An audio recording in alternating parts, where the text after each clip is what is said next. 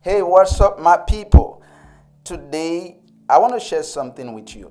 How would you define a church?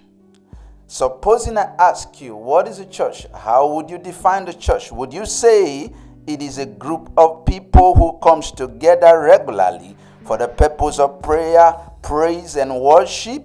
Or are you among the majority who believe a church should be an assembly where needy and hurt people gathered around one man seeking for a solution? In this video today, I want to begin the sharing of three things I discover in Matthew 16 verse 18 that will give a new and a better understanding of the church and her purpose. This is really going to help us understand the reason today's church have not been able to influence society after the kingdom order and what we can do to fix it. Sit back and I'll be right back.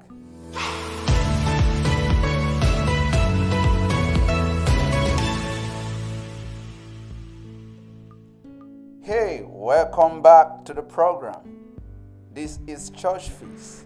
Here we strive to expose believers to real Christianity as handed unto us from the scripture, and to raise a family of believers who not only profess the faith but live it. Today we are going to begin a series of three things I discovered in Matthew 16 verse 18.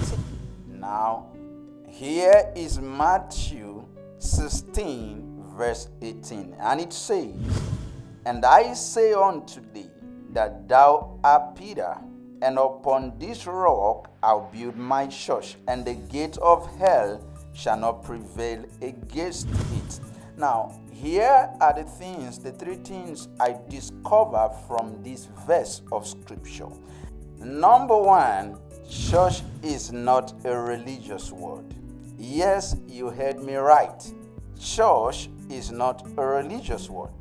As a matter of fact, before Jesus ever said he was going to build his church, church has been a secular word that has a definite meaning. Before Jesus ever said he was going to build his church, church has been a secular word and has a definite meaning. Now, you notice that Jesus was using the word church for the very first time in his teaching. And the second thing you will notice is that none of the disciples asked him the meaning of the word. What does that signify? It means that there is a mutual understanding of the term church or of the word church. It also signifies that before Jesus used the word in that meeting, the disciple already had knowledge of what the word church is. Now, what our focus now is, what does church means to these people before Jesus ever said he was going to build his church? What does it mean to them? You see, it will interest you to know that Jesus didn't say, "I'll build my temple" or "I'll build my synagogue." That's not what Jesus said. Instead, he said, "I'll build my church." Now, the reason I'm making that difference is because majority of us think of church to be only a place where believers gather together, or a gathering of people who comes together for the purpose of worship, prayer, and praise. But that's not what it means to them before Jesus ever used the word, "I'll build my church." You see, as a matter of fact, we're going to look at a few things that will help us to understand this. The Greek word that was translated church is the word ecclesia. And ecclesia in the Greek means a gathering of citizens called out from their homes into some public place for the purpose of deliberating. I'm going to say it again. It means a gathering of citizens called out from their homes into some public place for the purpose of deliberating.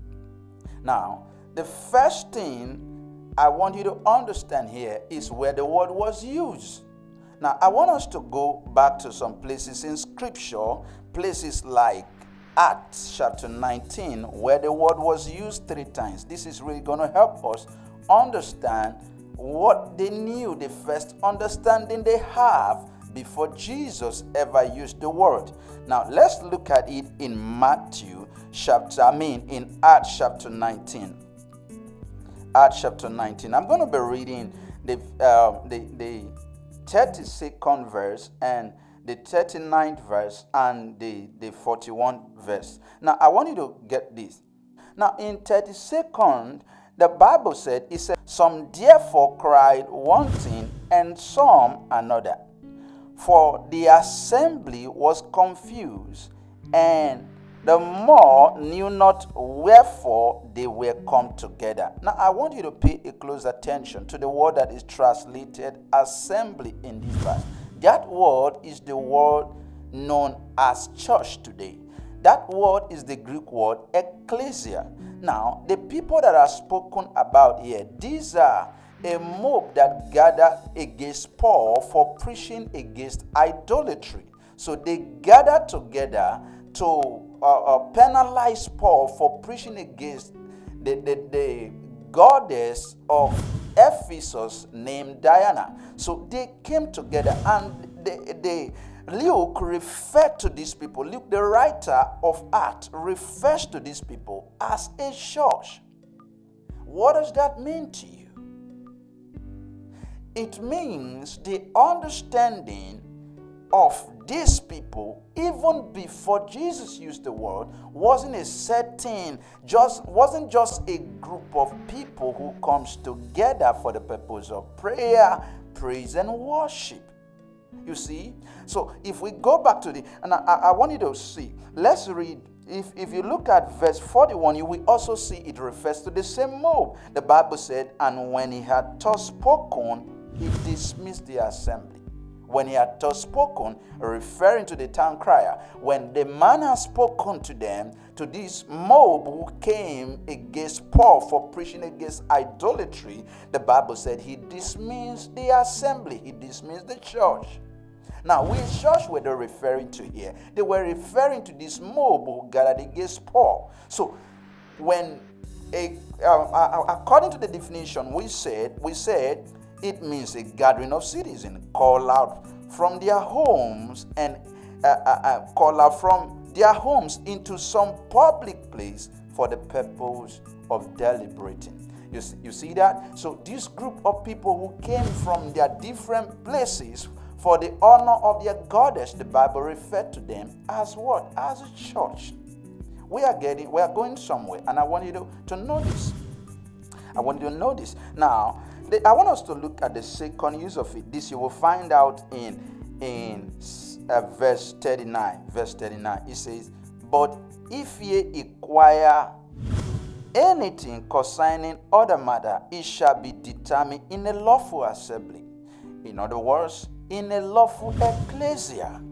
Now, a church, according to biblical definition, would therefore mean a God called out people who comes together regularly for the purpose of fellowship, worship, and spiritual empowerment, which enables them to bring their territory under the dominion of their God. So, how could somebody have this understanding and still restrict church or restrict Christianity to a praise and worship service? How could this be? You see, we have to understand that our today understanding of what a church or Christianity should be is inaccurate and misleading.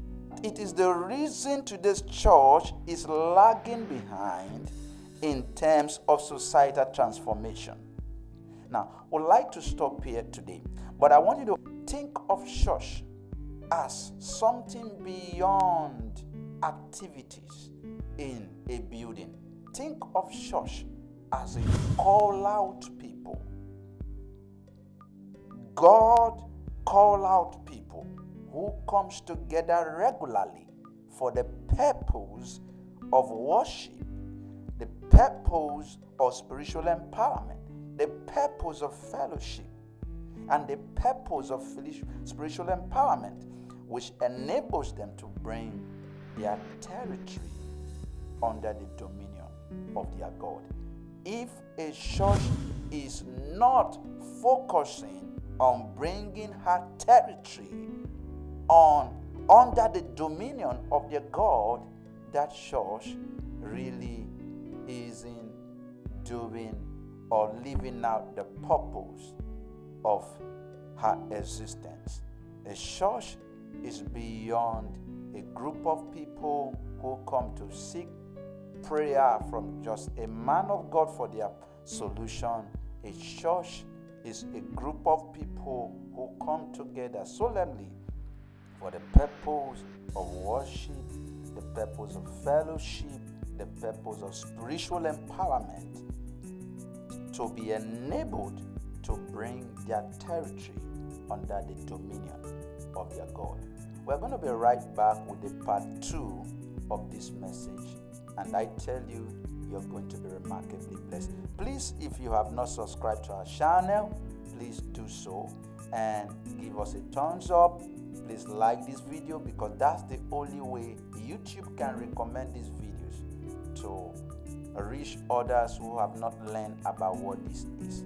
Please follow us on Facebook and on YouTube. God bless you.